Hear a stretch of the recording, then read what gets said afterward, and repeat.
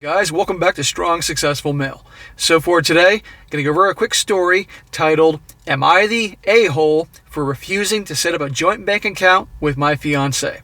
And in this quick story, guys, this guy is telling his situation where basically he was having a casual conversation with his fiance, and she just happened to randomly bring up, and I hope you're picking up my sarcasm there, about setting up a joint bank account because it's so complicated right now when they have obviously different accounts. And the guy understandably said, hey, I thought we were going to keep separate accounts. And to no surprise, she started throwing a little hissy fit when he was defending himself and stormed off and created a bunch of drama. And now the guy's wondering, hey, did I do the right thing? He asked his parents and all that, so he wanted to know, was he doing the right thing? So I'm going to go through his quick story here, and I'm going to share my opinion on this because in case any of you guys ever find yourself in a similar situation, you'll know how to handle it. And I'm also going to talk about the underlying issue, what's going on with this guy, because you can tell this guy, number one, he's young. Number two, he doesn't have a whole lot of life experience. And I can tell just the way he's asking the questions, the kind of mindset he has and how he feels about himself. So, starts off saying, so my fiance and I were just casually talking the other day about what life would be like when we were married. Guys, there's no casual conversation. Trust me, this was planned. She stated, things will be so much easier when we have a joint account. I'll feel so much more rich then. Ding, ding, ding. That says it all. I had never mentioned us getting a joint account, and I guess I had forgot that's what many couples do. I said, are we not just going to keep the account separate? She said that I was silly and that I should know that we'll be joining them since we'll be getting married. And she's informing him that he should know this and be aware that's what they're going to do. She's in charge. I told her that I never agreed to that. And while I would be happy for her to use my money at times, I don't want her to feel like it is all hers. I've earned that money and I don't feel like she has the right to use it unless I say so. Damn right. This was his first instinct. This was his first response. This immediately, his knee-jerk reaction was to defend himself and say, hey, I work hard for this money. It's my money. I don't want you to just be able to use it at random without my permission. Guys, in life, your initial reaction to a situation most of the time is the accurate one.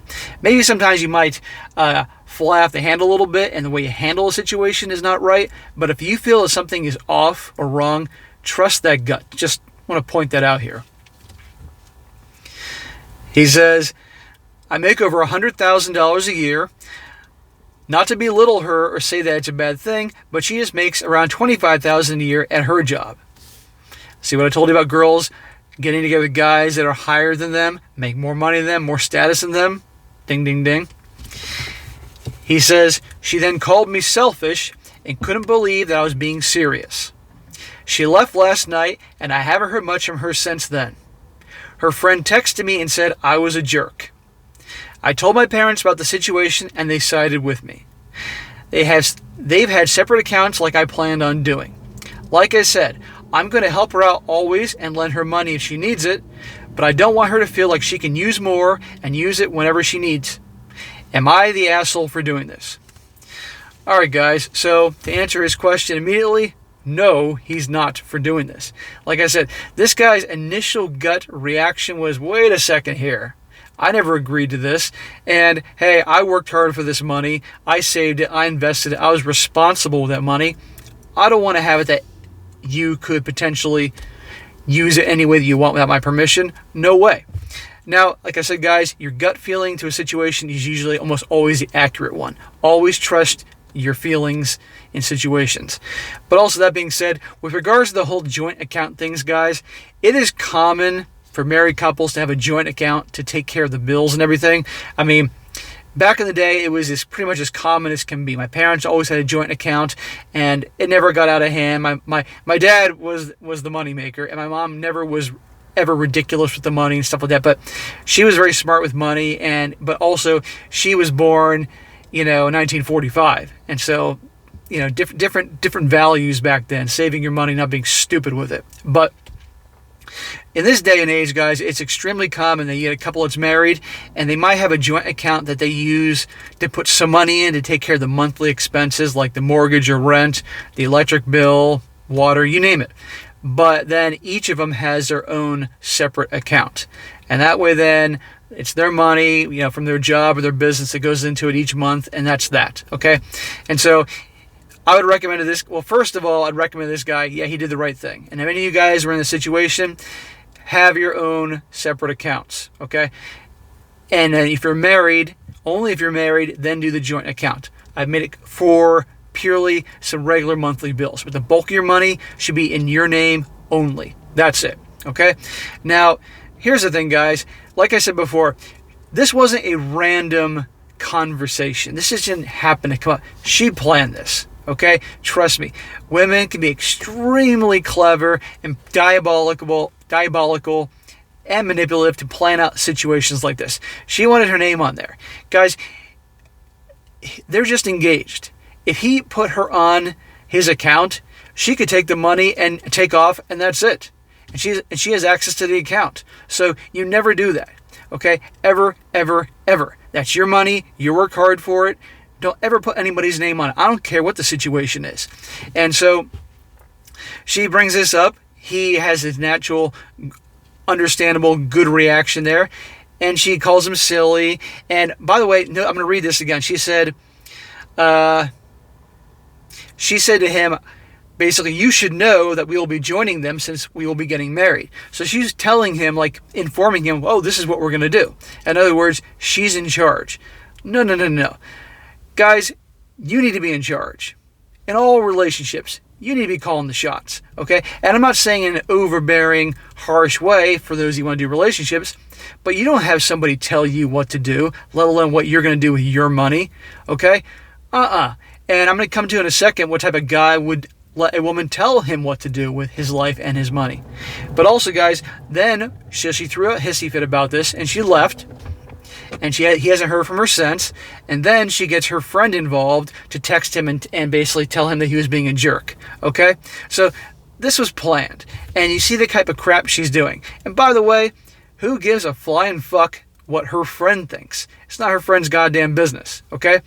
And of course, the friend's going to side with her to help her friend, right? And her friend obviously is a woman, so she wants to have a situation like this to benefit her. So, absolutely, this guy should not do this. This guy should keep the money in his name.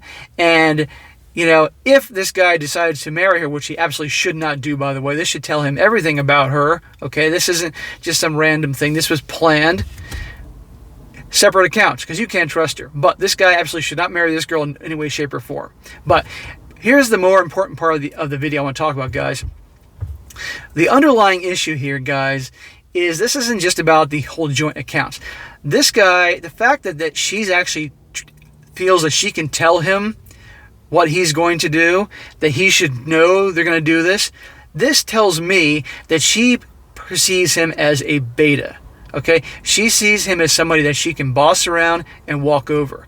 And the fact that the guy has to ask this question, if he's in the wrong for this, while I do respect him seeking counsel when he has a knowledge gap, between that and the fact that the way she's talking to him and he's not seeing through all this, tells me this guy has a scarcity mindset. And a scarcity mindset, guys, if you've ever heard this before, is basically thinking that you're not worth shit, basically. That you can't get much, so you're going to have to settle for what you have and deal with it. Okay? I'm trying to mold you guys, to help you guys to have an abundance mindset. Where an abundance mindset with everything from the women you date, to the friends you hang out with, to your relationships with your family, your coworkers, anything that comes to you in life.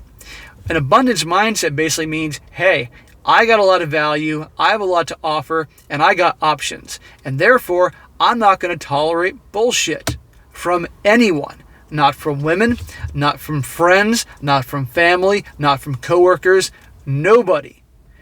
Because when you value yourself, you're not going to do that. And then you're not going to find yourselves in situations where people just like her can try to take advantage of you. I don't want that for you guys. Now, guys, here's the big question. Where does the abundance mindset come from? Can you guess? 2 words. Self-improvement. Self-improvement, guys. When you are constantly bettering your lives, taking action every single day, even if it's very small action, you're moving towards making yourself more valuable. And as you make yourself more valuable, you're going to feel better about yourself. Your self-esteem is going to rise. Your confidence is going to rise. The whole way you carry yourself is going to rise. That's why I want you guys to constantly be doing everything in your lives to improve yourself.